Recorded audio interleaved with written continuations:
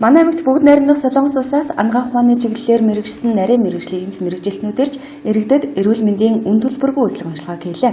Солонгос улсын Куян хотын Илсан Мюнжи эмнэлгийн цээжний хүндээ мэс засал, уушиг, зүрх судасны нарийн мэргэжлийн эмч, ходоод, элэг цус, Бамбаа эмнэлгийн дотоод шүүрэл, хавдрын чиглэлээр мэргэжсэн нарийн мэргэжлийн эмч нар үрхэн эрүүл мэндийн төв болон нарийн мэргэжлийн эмч нарын хяналтанд байдаг өвчний онц тодорхой бус мөн гадаадад эмчлүүлэх шаардлагатай иргэдэд үйлчлэг онцлогоо хийж зөвлөгөө өглөө.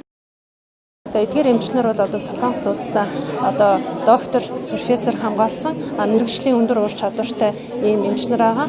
За эмнэлгийн хувьд бол Мюнжи одоо Солонгос улсын Куян хотын Мюнжи тэгээд Илсан гэсэн одоо эмнэлгээс энэ эмч төлөөлөгчмөр ирж Орхон аймгийн иргэдэд үн төлбөргүй эрүүл мэндийн одоо зөвлөгөө өгч байгаа. За энэ зөвлөгөө өгөх явцад бол бас давхар цэсний даралтыг хэмжих, аймаг үзүүлэлтүүдийг үзэх, цэсний сахар үзэх гэдээ бас давхар одоо авсарсан онцлогоонуудыг бол давхар хийж байгаа.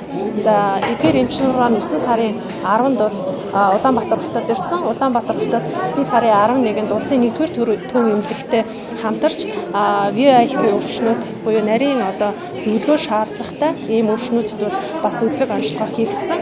Мөн одоо энэ чиглэлээр одоо эмч эмнэлгийн мэргэжлүүдэд сургалт семинарыг бол явуулсан байгаа. Манай улсын тухайд ходоод улаан хоолойн өвчлөл өндөр байхын зэрэгцээ сүүлийн жилүүдэд бамбаа өвчлөл нэмэгдэж байгаа учраас энэ чиглэлийн үйлчлэг онцлогоог сонгоё гэж байгаамаа. Үзлэгт хамрагсан иргэдээс бамбаа булчирхаан дутагдал орсон иргэд олон байгааг хэлж байна.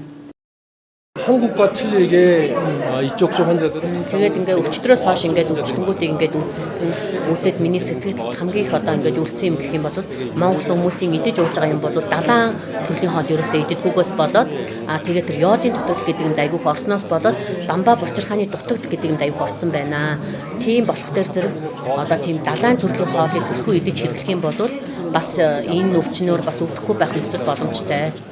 Тэгээд энэ бамбааг аягүй хүндрүүлээд хүмүүс аягүй хэрцэн байна. Тэгээ яагаад ингэ хүндэрсэн бэ гэж бодохоор зэрэг өөрснөө одоо нэг анхны шатандаа ерөөсөө мэдрэхгүй өнгөрснөөс олж хүндрүүлээд ирсэн байна. Тийм болохоор зэрэг боолж өгвөл бамбаа булчирхааны хамгийн анхны шатны шинжилгээ гэмээр цусны шинжилгээ өгөөд тэрүүгээрээ ингээд өөрөө мэдэрч болдог. Хоёрдугаар гэх юм бол өнгөт дуран эхо гэж ярьдаг ш тийм ээ. Эхогоор ингээд бамбааг харуулах юм бол тэрийг мэдэж болдог. Тэгээ энэ бамбааны дутагдал гэдэг өвчнийг бол ерөөсөө идэх боломжтой өвчин.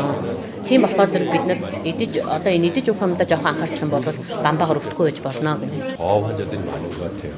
그리고 참 анхудаага одоо энэ сайн дурын аяныг бол хийж байгаа бишээ. Өнгөрсөн жил бол Улаанбаатар чимгэлтэй дүүрэлтүүд хийсэн. За өнөөдөр Эрдэнэтэд сайн дурынхаа аяныг явуулчаад маргааш баруун араад бас сайн дурын аян хийх болно. Тэгээ энэ удаа болохоор дотрын эмч ирсэн байгаа. Тэгээд ерөнхийдөө монголчуудын хувьд бол илэгний одоо өвчлөл, ходоодны өвчлөл маш их байдаг гэж ингэ сонссон учраас одоо дотрын эмч ирсэн юм аа. Мөн бас одоо цээжний үндийн мэс заслын эмч ирсэн байгаа. Цээжний үндээ болохоор улаан хоолой, ходоод, гидс гэдэг ингэ үздэг байгаа. Бас энэ төрлийн өвчлөл Монголд маш их гэж бид нар одоо тий сонссон учраас энэ хоёр эмч ирсэн юм аа. 흉부외과 교수님이 나오게 되었습니다. Бүгд найрамдах Солонгос улсын Илсан болон Мюнжи эмнэлгийн эмч мэргэжилтнүүд Улаанбаатар хотод мөн үйлчлэг онцлогоо хийсэн бөгөөд цаашид манай улс тэр дундаа Орхон аймгийн эрүүл мэндийн байгууллагуудтай хамтран ажиллах талаар судлах зорилготой ирсэн хэмээн онцолсон юм а.